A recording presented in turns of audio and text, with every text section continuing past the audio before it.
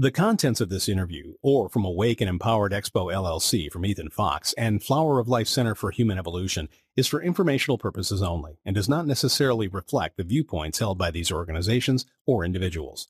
Always consult with your doctor or health professional before making any changes to your diet, lifestyle, or prescription drug use.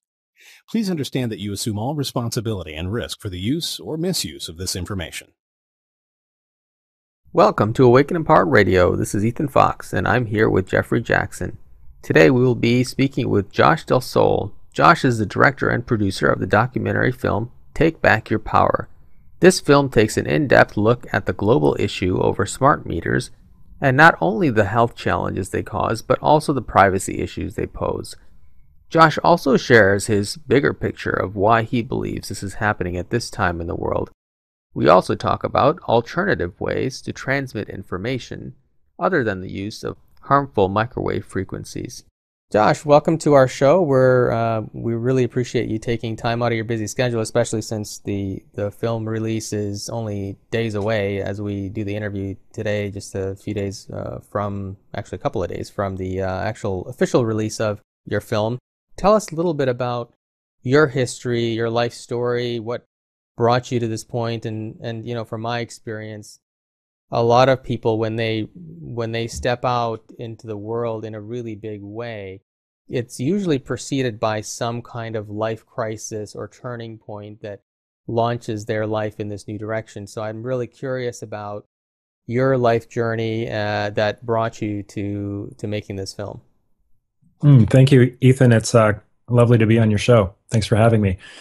It's really an interesting time that we find ourselves, and that's what I was noticing several years ago when I was a business owner. I had a marketing and web development company, and I started having the increasing feeling, as many of us do, that what I'm doing, the type of work that I'm doing, it seems to be lacking meaning. It seems to not really, contribute to the greater good. And I felt like that's something that I wanted to do for a number of years. And so I actually went through a period of giving up my work and was doing a little bit of soul searching and just held that intention that, how can I be of service and what can I do? What can I put my energies and focus on? So fast forward about another year, and I was still doing some work. I wasn't just lounging around for a year, but I started hearing about the smart meter issue, the debate, and the problems that were happening specifically in areas like California. This was 2 summers ago, in about July of 2011. And around that time, these so-called smart meters were being installed in where I was living at the time in British Columbia.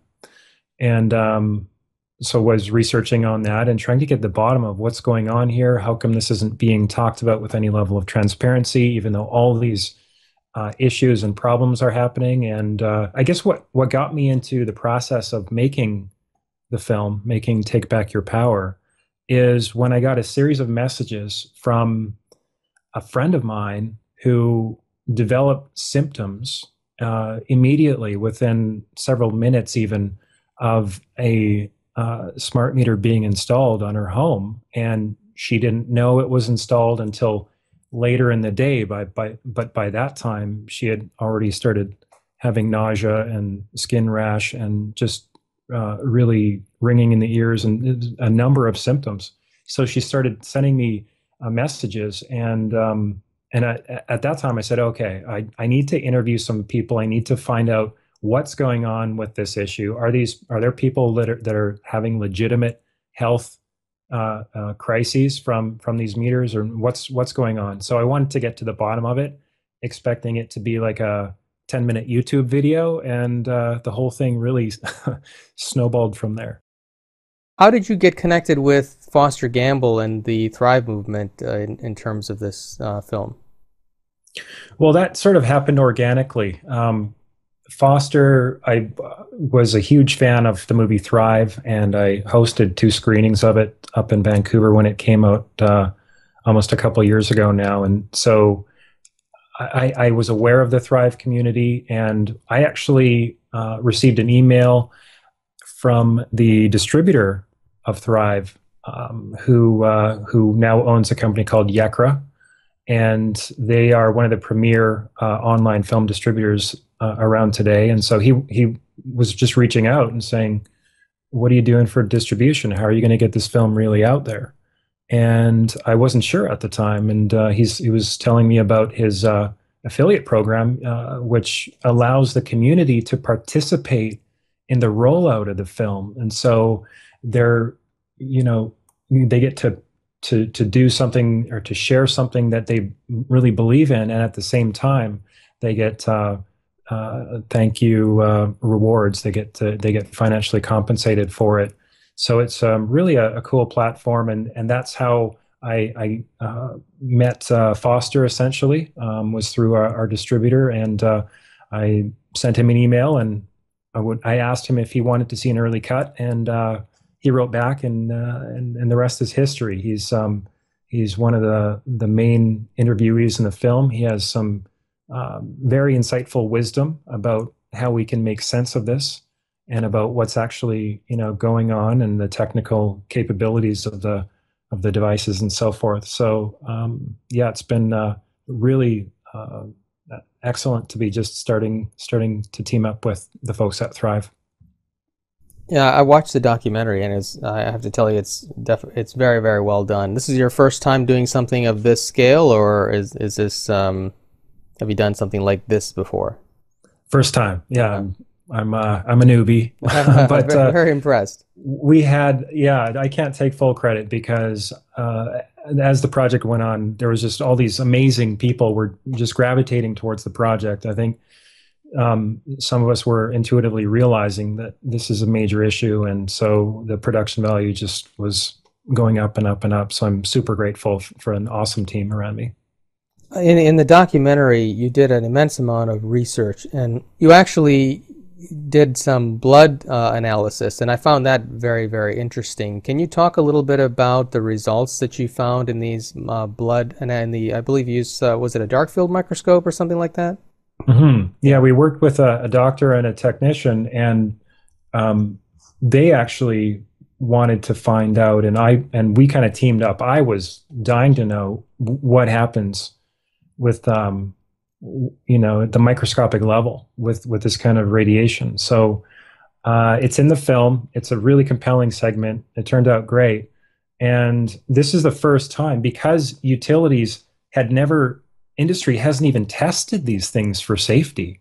And a lot of people find that just, confusing and kind of amazing that so many people could be having health problems from a product or a device that has never even been tested for safety. And so to have the microscopy in the film and to kind of have it be the first kind of test of its kind, to get it out there is something that's very compelling. So we used we did a control series of tests with an analog meter, and then we did tests with a smart meter. And there's actually a clip. You can actually see it now online, but by the time we air this interview, I think that the film will be ready and out there in the public. So that's definitely one of my favorite parts as far as compelling pieces of the film, for sure. Have you found in your tests that anybody is immune to the effects of from a biological standpoint in the tests that you did? For example, I know that certain people are not sensitive to it, and they don't notice that there is a problem, whereas other people, and there are a number of people in our community here who are very sensitive to electromagnetic fields, but a vast majority of people don't notice that anything is happening. But have you found biologically that there are any people who have a built-in resistance to these fields? Yeah, it's a great question, because it seems like some people are more disposed to having more symptoms, and other people can withstand more radiation. They have a higher tolerance. What we found is that the symptoms are one thing. So it's been estimated that 3 to 5% are electrohypersensitive, a term that has been, I guess, arbitrarily created to put those people that are the most sensitive into some sort of category. On the other hand, we interviewed some doctors about this and some researchers, and some of the research even that's in the film, it indicates that even if people can't feel it, you're not conscious of your symptoms. You're not conscious of any sleep issue or ringing in the ears or nausea or headache or memory or fatigue or any of the other plethora of symptoms. But at the cellular level, the lab work shows that there is an effect happening that seems to be across the board. So this is verified by several of the PhDs that we interviewed in the film. I see. So essentially, you're finding that on a biological level, everyone is being impacted. You haven't found anyone who does not show an impact on that level. According to the research that looks at the micro, mm-hmm. Yeah, that's what we found so far. Okay. Yeah.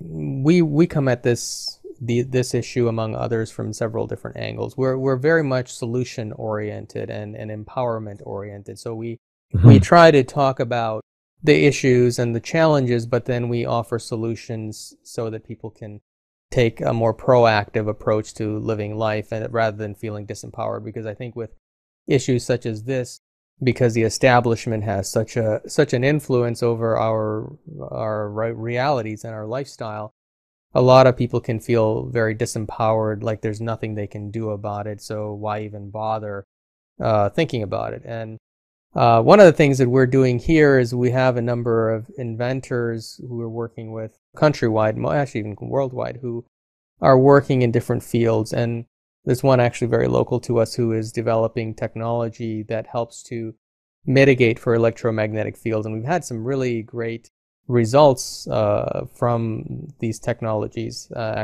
People who are electrosensitive can be in environments with smart meters and other EMF, and they do not have the sensitivity. They, in fact, feel much stronger and healthier, and so on. Have you or Foster come across? I know Foster's very much focused on advanced technology. Mm-hmm. Have either of you come across, or are you developing any kind of technology that helps to mitigate for these adverse fields of energy, or are you aware of anything like that going on in the world? Yeah, there are a number of websites and researchers and inventors that are both aware of the necessity of such products and are developing solutions. Myself, I'm not focused in that area, but I obviously recognize the importance of it. There's a website called LessEMF, and LessEMF.com or .org, I can't recall, but that's quite a reputable website that has such mitigation products for sale. But I'm really intrigued by what you said, Ethan, that you're also thinking along the lines and working with and talking with inventors, because as this situation that is on our planet right now, with the proliferation of microwave technologies, as this becomes more in the public consciousness and as it becomes more of a public health crisis before it's dealt with, we are going to need effective mitigation and transition technologies in the meantime. So that means reducing the effect of these energies on the human body, and also developing and proactively developing new technologies, whether it's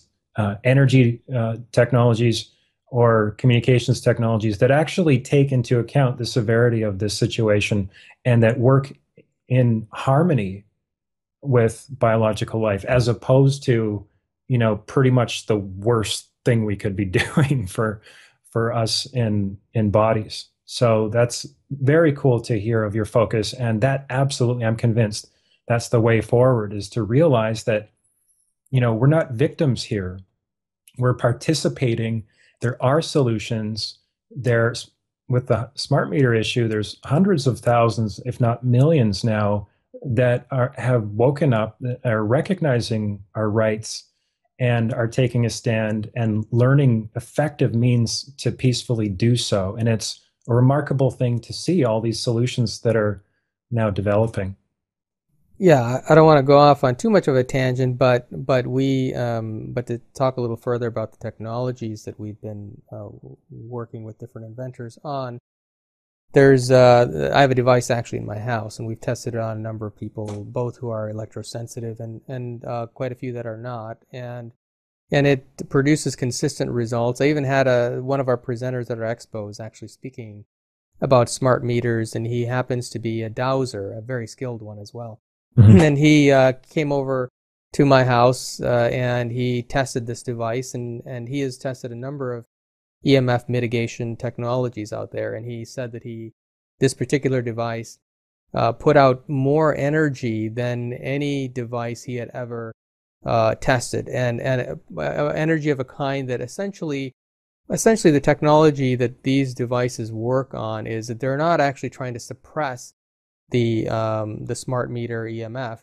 They are in essence trying to overwrite that EMF so that your environment is filled with this alternate energy that is actually very positive to the human body, so that the body is not affected by the other energy. And this particular inventor has been building these for a lot of people who are extremely electrosensitive and has had very good results. So we have that, but on a side note, we have another inventor, and in the next few months we're planning a live demonstration of Tesla type of technology using a type of energy that actually is very harmonious to the human body. And in fact, a lot of people have used it to heal health problems. And we're essentially transmitting this energy from Florida to Michigan and light up a room, using electricity to light up a room full of light bulbs that are not plugged in.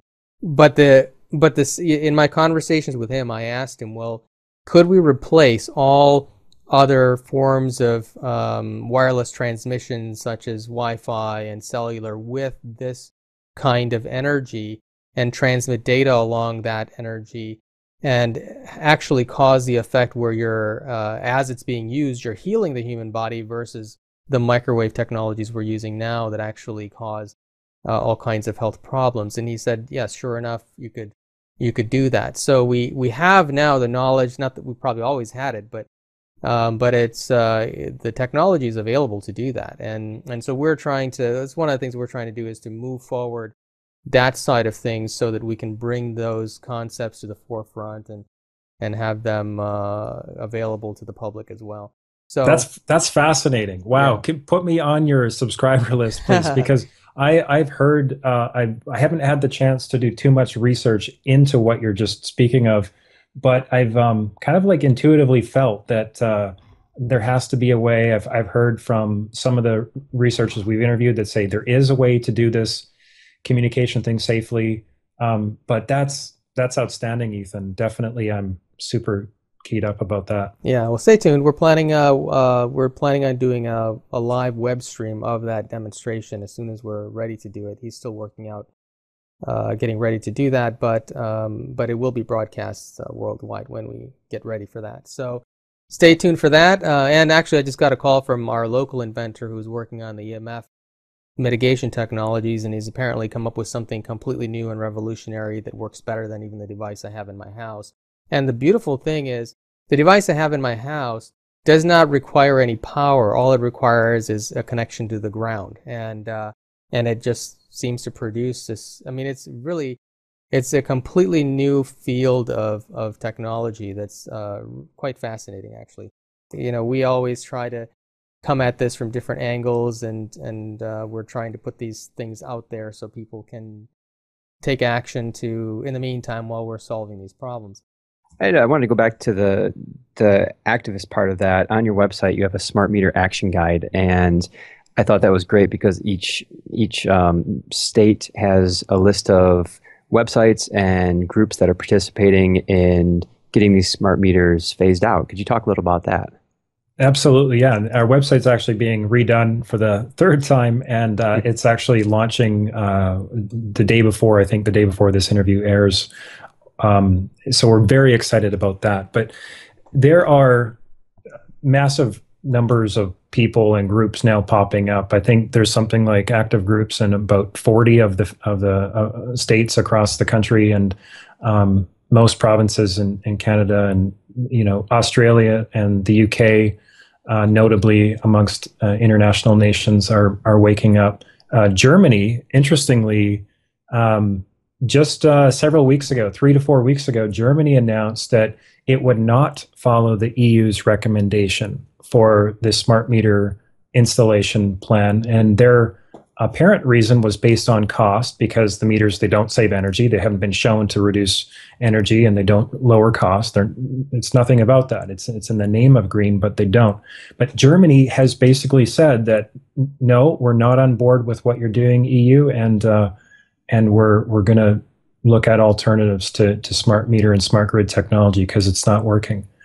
So that's hugely exciting. And so it's kind of, we're at this unique position in this movement where it's kind of been under the current, like it's been in the undercurrents of consciousness.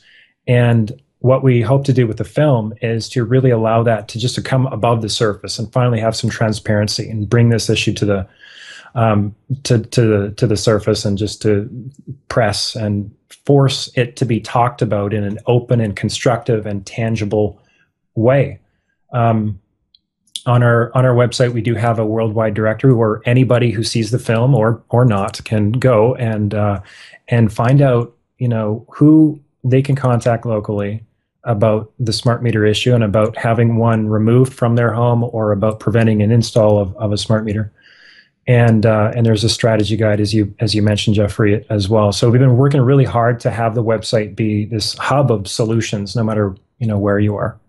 Yeah, I think once people realize that they're being on their house is being attached to a slave tracking a device that's radiates your family. I mean, to put it bluntly. Yeah. Okay, so I have no smart meter in my house. How do I keep it off my house? Is there a general consensus, or is it city by city, county by county?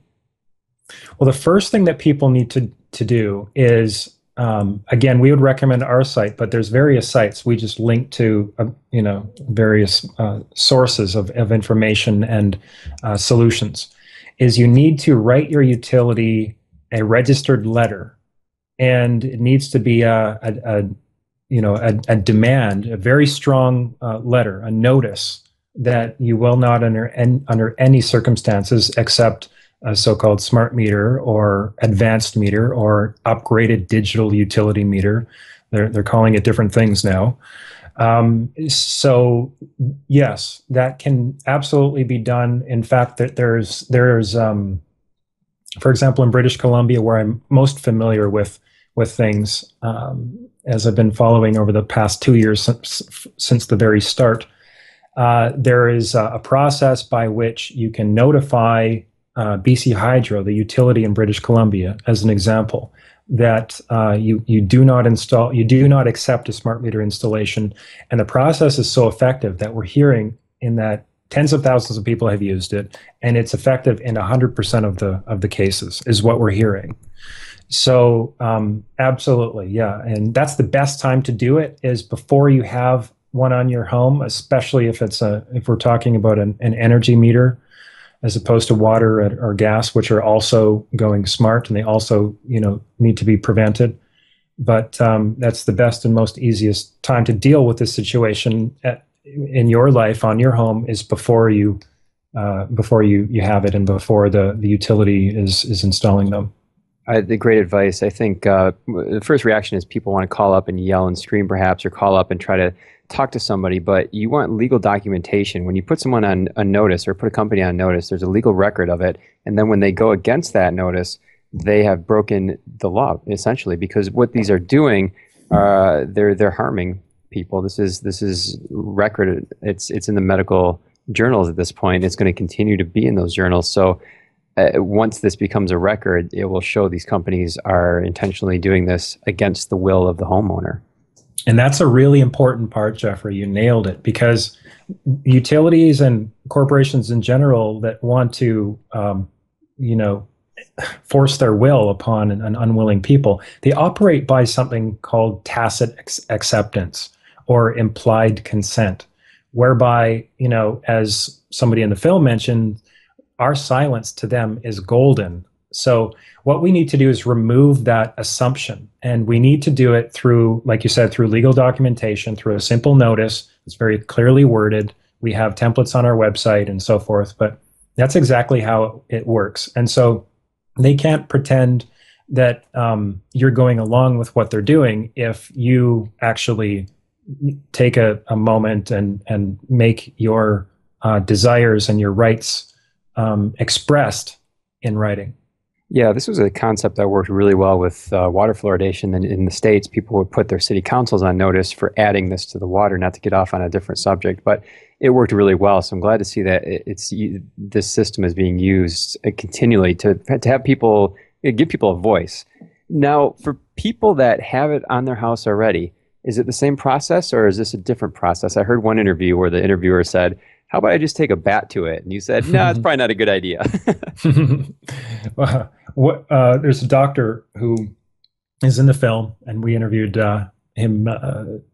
He's from Germany, but we interviewed him here in Washington State. And he said something about in Germany, what they're doing is they're taking a baseball bat to the meters, and they have a policy. The utilities have a policy there that apparently, and I'm not saying this is the way to go by any means, but what he was sharing is that in Germany they have the policy that if it happens 3 times, then they would go back to an analog meter.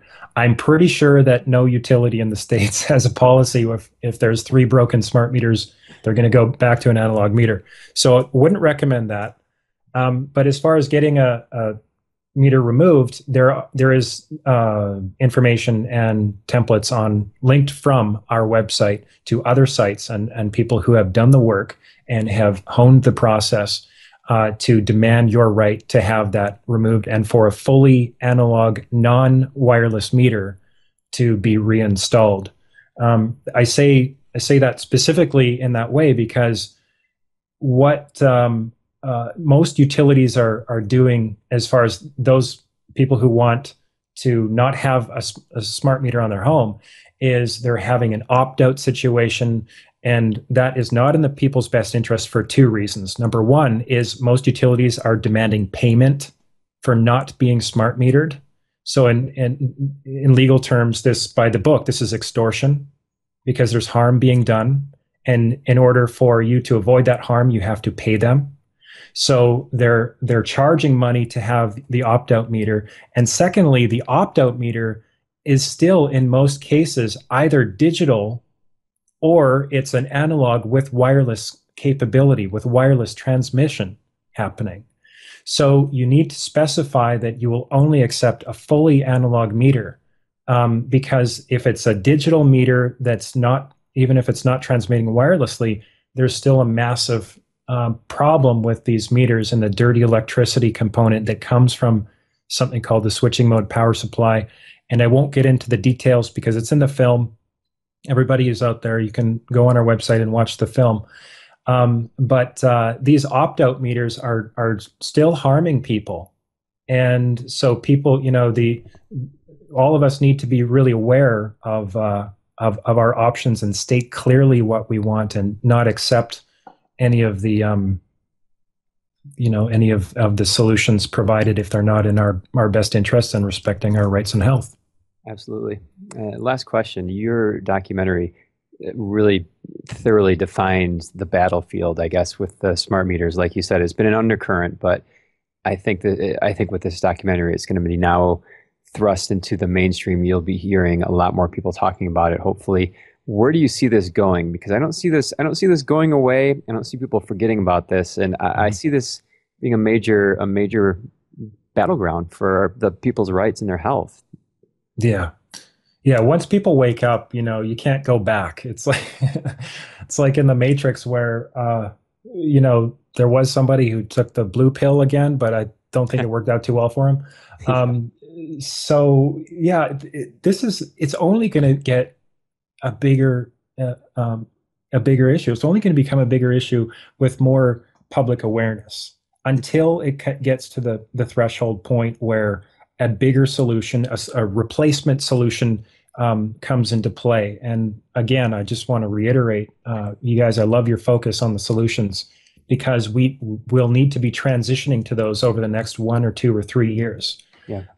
But this issue is not going away. Neither is the health component of this issue, because it's not just related to smart meters. I mean, the U.S. government and industry are looking to place WiMAX towers and microwave transmitting towers across every city and rural area across the nation, and they just want to do this without any hesitation or any observance of the precautionary principle. So this is something that the smart meter issue is actually going to lead to more awareness about the greater problem of the proliferation of wireless technologies in other venues, not just a microwave surveillance device that's on your home. Yeah, I think there's a whole group of scientists that are rediscovering old ideas of etheric energy, and that's some of the people we're working with. But there's a large group in the world that is gaining momentum, and this has been done. Communications have been done in the past, I believe 25 years before the telephone was invented by Bell and Edison, but it's out there, it's suppressed knowledge, and it's starting to come to the forefront. So I see that hopefully maybe taking the next step in that direction, because it, like Ethan said, it is clean energy. So, well, thank you for doing this documentary. We look forward to the launch, which will be already launched by the time people are listening to this interview. Mm-hmm. I want to go in a little different direction and ask you, I watched the documentary, and you talk about a lot of the reasons why smart meters are being implemented, and I'd like to know just an overview of what you really think is the bigger picture. Why do we have these devices on our homes? Well, so I'll answer that question on a couple different levels. What we're being told is that the meters are going to be more reliable, more accurate, and they're going to make the power grid more reliable, and they're going to allow us to save energy and ostensibly save cost, though even the utilities are very rarely trying to say that you'll save cost these days, because that cat's pretty much out of the bag. But this is considered a quote, necessary upgrade, and there's no real concrete proof. There's no even remotely good evidence that any of the objectives are anywhere close to being met. So it really makes one wonder, and this is the process I went through in making this film. I'm like, so this is being done all over the world at the same time without public consent, and in many cases, even against the vote of local governments.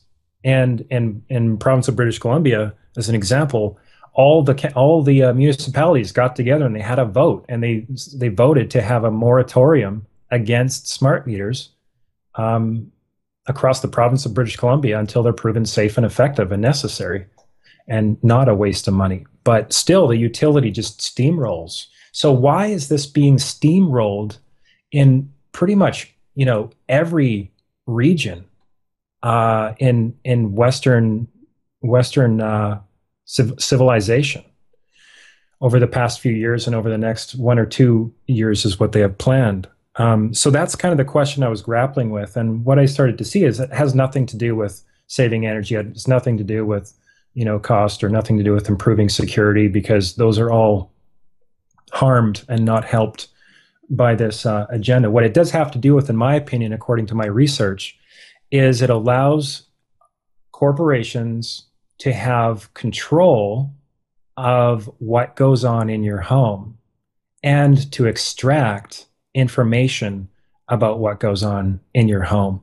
So as an example, utilities are even saying that, again, using the excuse of saving energy. Well, all this is being done in the name of saving energy. So it's going to give us the ability to shut down people's appliances, or shut down neighborhoods, or lower the rationing of energy at a time of peak use in the future should we need it.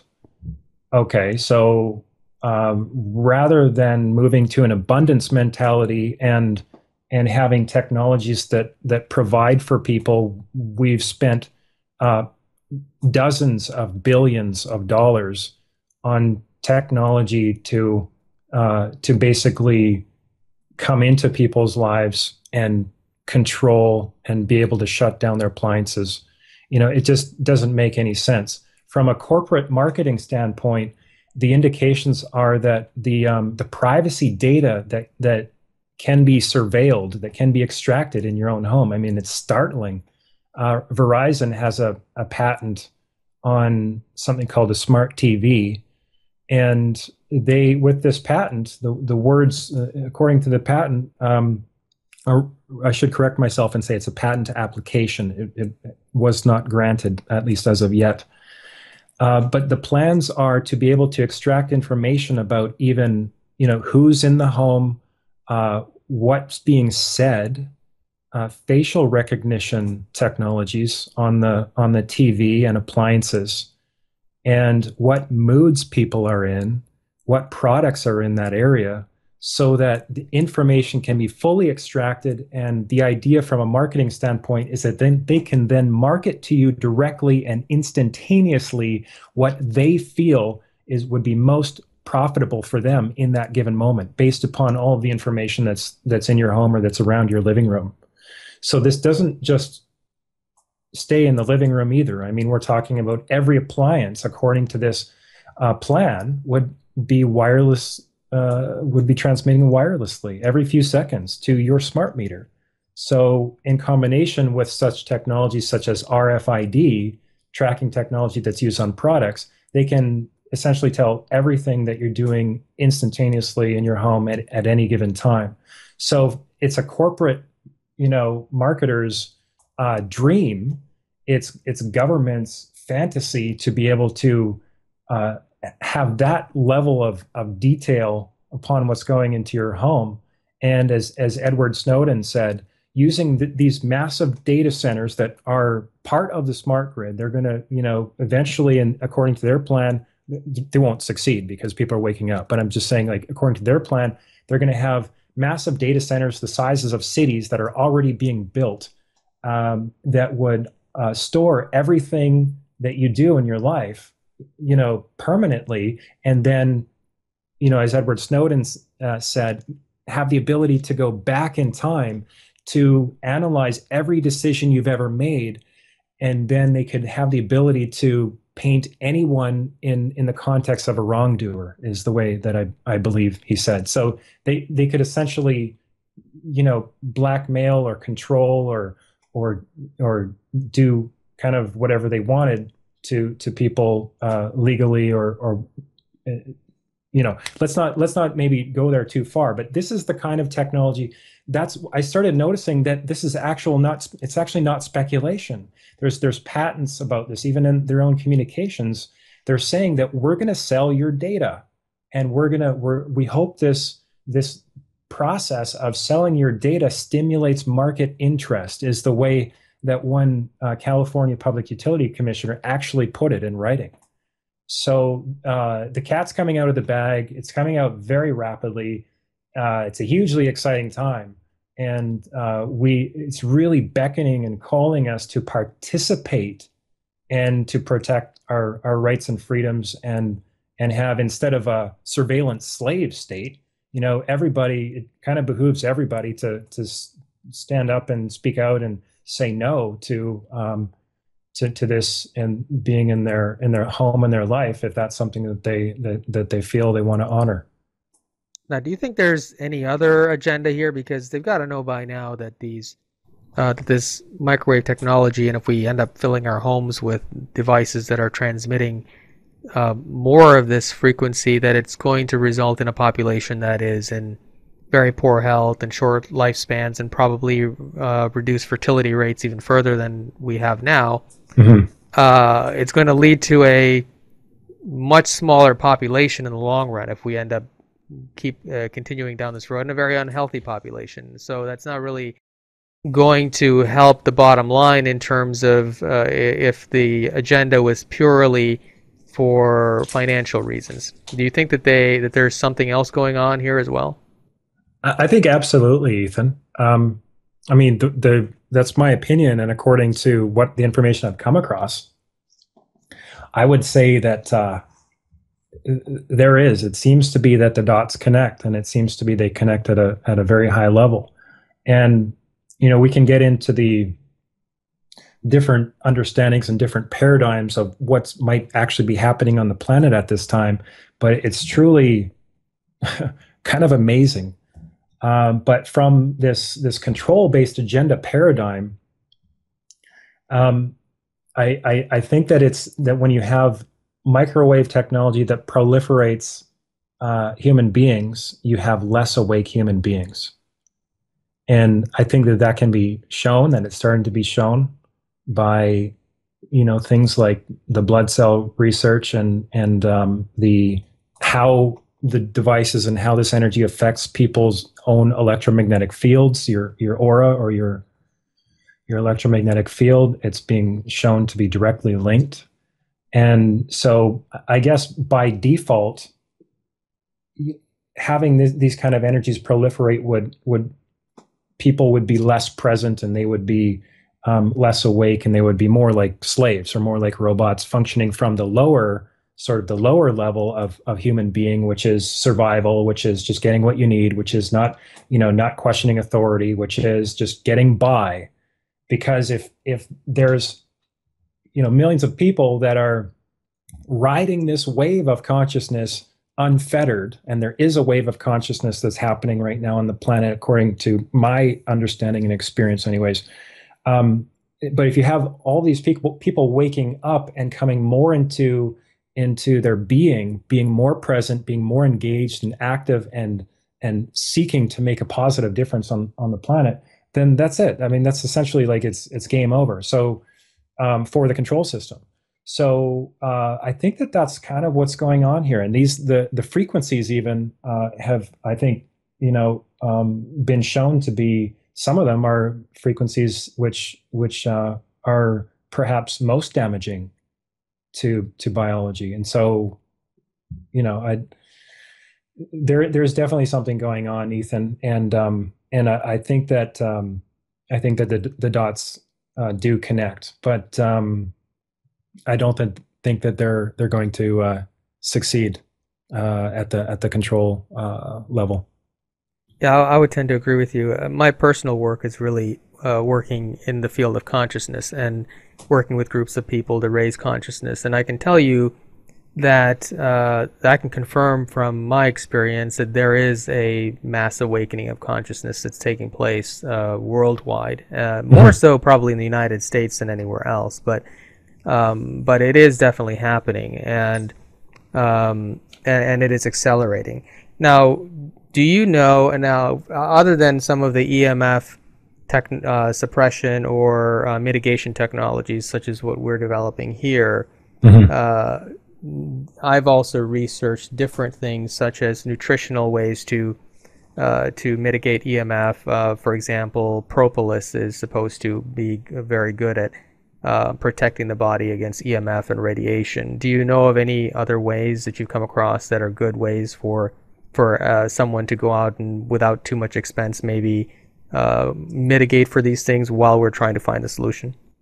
The best advice I could give, according to my understanding of that topic, is going to YouTube and typing in Dr. Klinghardt and smart meter, Dr. Klinghardt and smart meter, essentially. And Klinghardt is KLINGHARDT. And so basically he's a doctor. He's from Germany originally, and he's here in the States. And there's a 45-minute interview, and he spends about 10 minutes of those 45 minutes talking specifically about solutions. And some of the things he get into, I won't go into full detail because I don't know the information as well as he presented in that interview.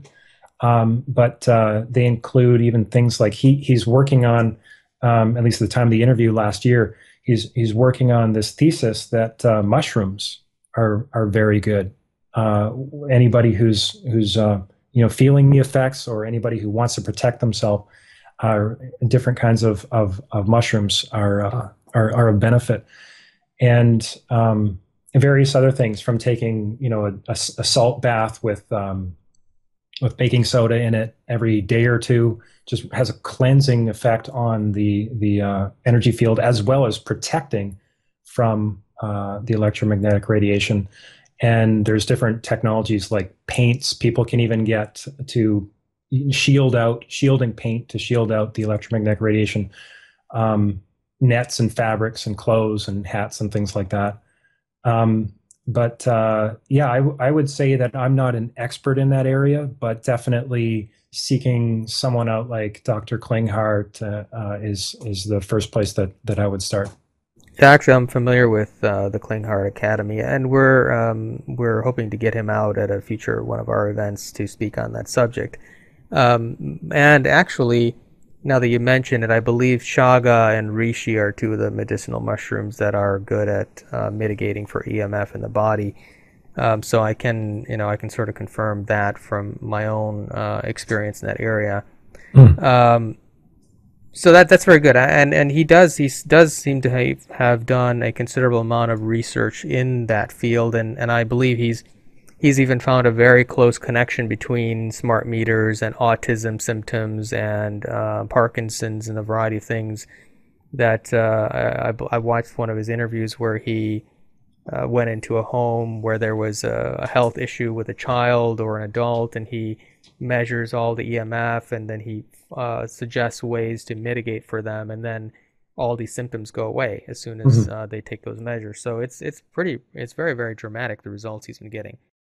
So yeah, I think that is a good suggestion to look him up, and hopefully we'll get him out at a future one of our events to talk to our audience about that as well.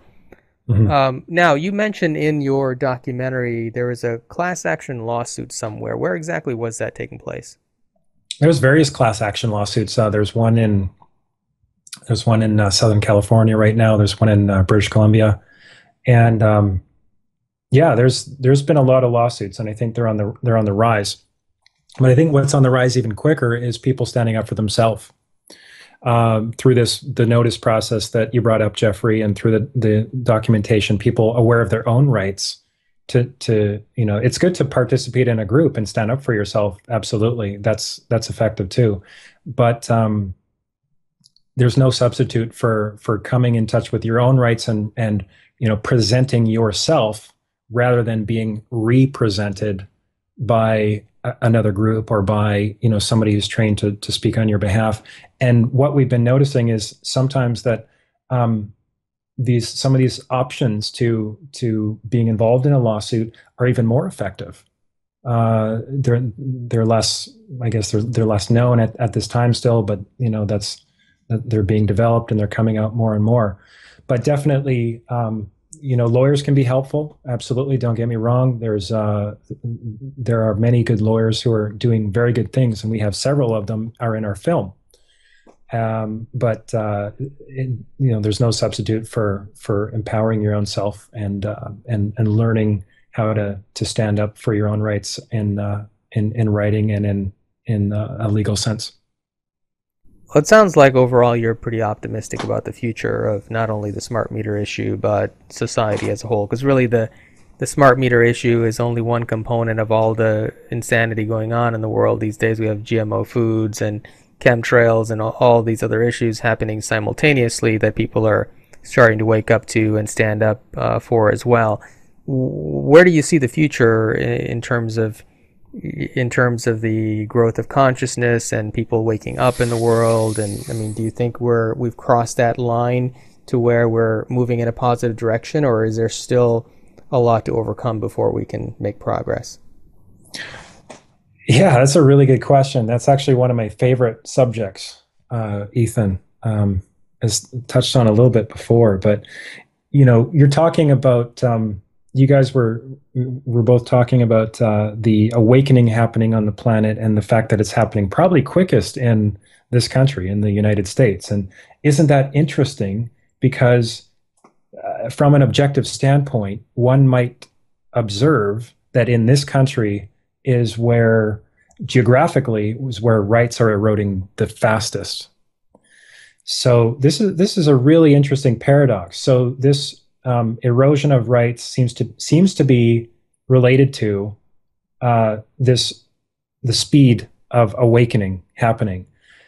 And so it's almost like perhaps I'm just kind of like, I'm not like an expert in this field, but my heart, I guess, is wants to surmise on this. Like perhaps that this is actually this kind of a situation in which effectively all biological life on the planet will be affected and eventually wiped out unless we do something about it. I mean, let's just be honest, right? If this continues to proliferate, corporations continue to do this unconscious, behavior across the planet, against people, the only logical conclusion is they're willing to sacrifice life.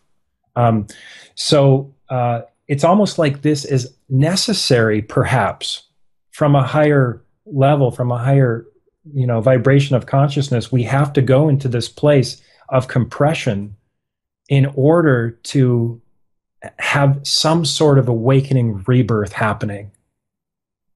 So some of the mystics talk about this, and even in some of the esoteric societies, they put you purposefully in a place of fear so that you are confronted with your own existence. And the ones that make it through that and that, don't panic and don't give up, the ones that really want to come into what's beyond the initiation, are the ones who experience that new reality. And so perhaps, there's something to that on the bigger scale. I look at some of the films being shown, and, even like the Green Lantern and different films with like this esoteric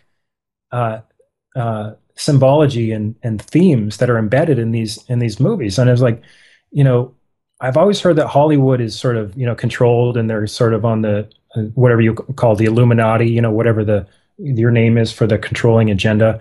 But there's these like interesting movies that come out from time to time, and they seem to be quite present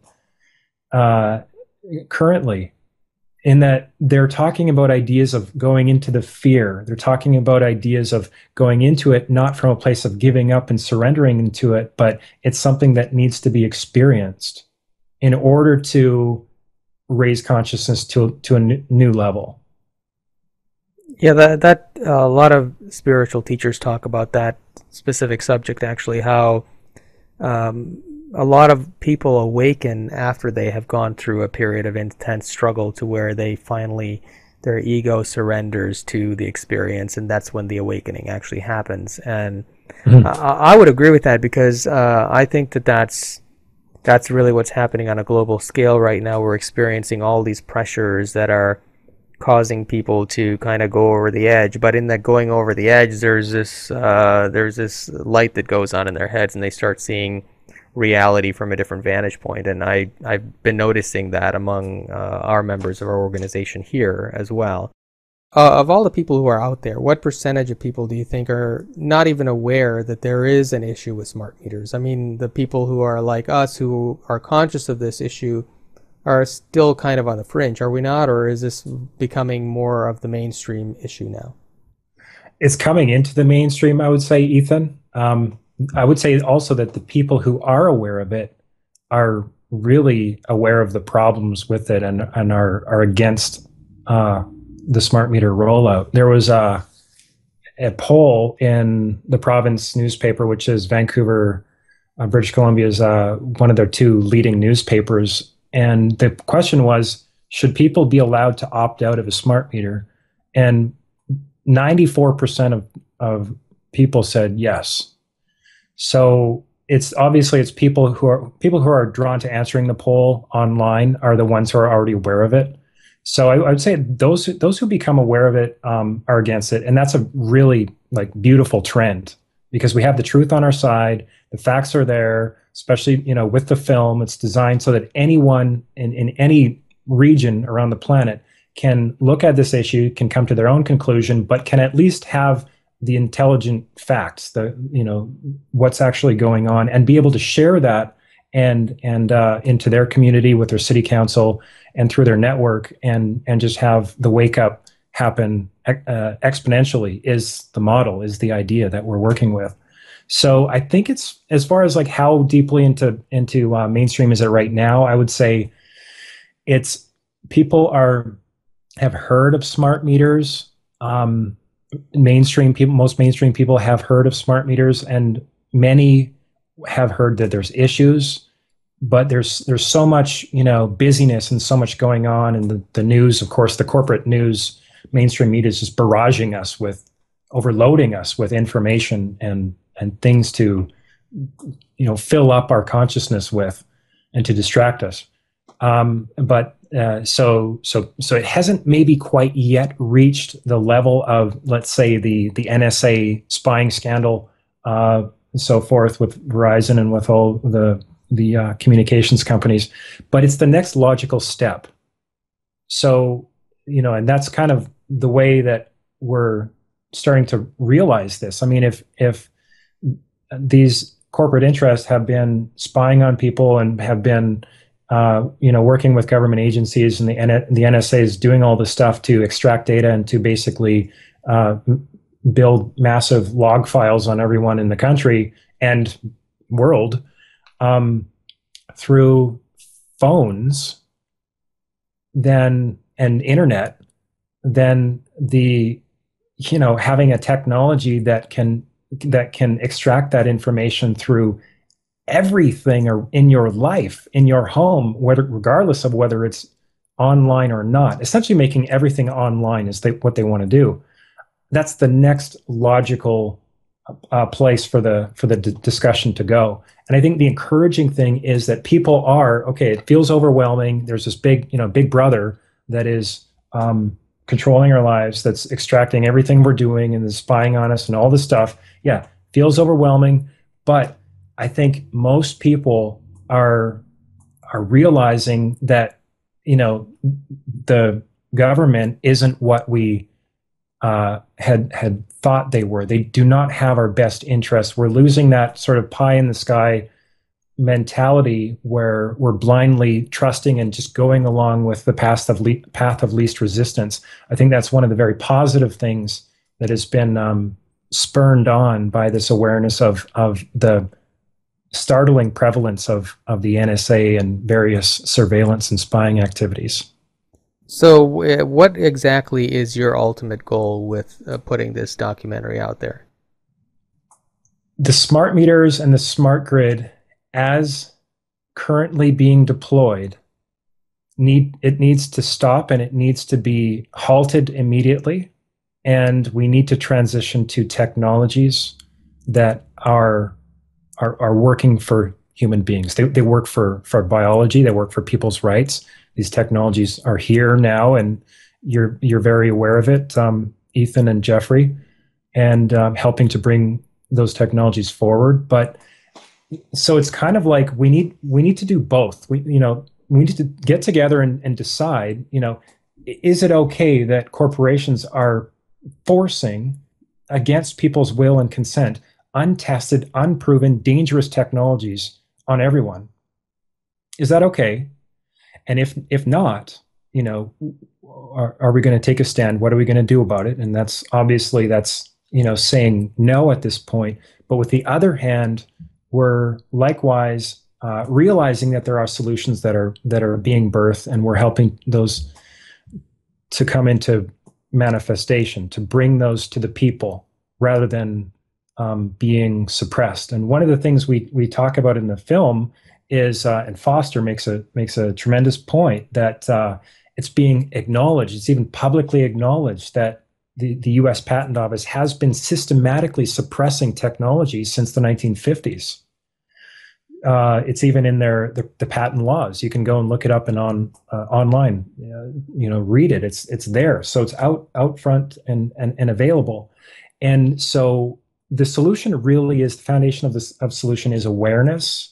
It's awareness of what's going on the planet. It's awareness of how dangerous the meters are and what rights are being lost and what is the potential of further rights to be, essentially destroyed with this idea. And then it's the action. It's the deciding, okay, you know what? I got a busy life, but this is something that is worth my time. This is something that I'm going to commit to be part of, even if it's just sending in a letter and just, making myself aware and then spreading that awareness. It's worth it, and I'm going to do it because there really is. I recognize that there's no option in going forward. I need to take a stand for who I am and for what I believe in. And I think it's from that, with a sense of I guess you could say optimism or love or hope, or just trusting that there is something positive happening out of this, that the solutions are going to come into our reality. I know that Foster has been trying to work with inventors to develop alternative energy technologies. Are you aware of anything that he's discovered that actually is a viable product that could come to market in the near future? I'm hearing some interesting things, but I don't know of any specific technologies. No, I haven't had the availability to put too much of my research into that. But it's, definitely an exciting time, an exciting area to research, and would encourage anyone to do that. But no, I don't know specifically of the technologies that are really going to be the ones that lead the way. I think you guys would probably be more up to speed than me on that. Yeah, we are working in a similar field as well, but I was always curious what he was up to, because I know that's a personal passion of his, and we are aware of a number of inventors. Actually, one of them who's presenting at our expo, who has already developed technologies that extract energy from the field around us, so they don't actually, essentially energy generation technology similar to what Nikola Tesla was working on. Mm-hmm. So it's viable. It's here today. It's not science fiction anymore. It never really was. But so I see it happening, as we were talking earlier about the awakening that's happening around the world. And in conjunction with that awakening, I'm seeing all of these inventors globally who are coming up with these alternative technology devices. And I don't think it's going to be possible to suppress it much longer, because at the time of Nikola Tesla, there was one guy who was doing this, but now we're seeing it really as more of a global influence. Even locally, we have people working on things like that. So I think it is just a matter of time before. My background is one of my fields is been in the study of astrology for about the last 20 years, and I know from the cycles coming up in the next 20 years, we are heading into a period of time where we will have more freedom. Of course, for the next few years, we're going to be butting up against the establishment, and that's why films like yours are coming out, and all of the different other movements are happening in the world. But in the 2020s to mid-2040s is when people are going to really stand up and take their rights back and move toward more freedom, freer society and I think with alternative energy technologies and so on. So I do believe we are heading in that direction. So tell me and tell our listeners, and of course we're going to put a link on this video, so anyone who is interested in watching the documentary at home, they can do that. But if you can tell us where people can get in touch with you, or to purchase or view the documentary, that would be great. Absolutely. Our website is takebackyourpower.net. And so that's where you can go to watch the film, and also to share it with people. You can become an affiliate and as mentioned earlier, help us roll out the film through your network of contacts, through social media, or if you have a blog or forums that you spend time on. And information and solutions are also on our website. So you can reach our team there through the contact page. And I just want to thank everybody out there who's part of this conversation. I think it's a conversation that it's time we had it. And I'm so glad, Ethann and Jeffery, for for what you're doing and what your organizations are doing in connecting this conversation, not with fear, but with a higher level of consciousness. And that's something that I've always intended to have part of my work. So thank you very much. Thank you. You're welcome. Any final words of wisdom for our listeners before we wrap it up? Don't be afraid. Have trust in the process, and know that a sacred part of the process is all facing our fear, whether it's on the outside or the inside, as I'm realizing in my own life, and we can overcome. Great. Thank you so much, Josh, for joining us today. We'll get this out there in a couple of days, and we're looking forward to the results of your film. And if there's anything we can do to help you in what you're doing, definitely get in touch with us and let us know. Absolutely. Thank you guys very much. It's been a pleasure. Josh.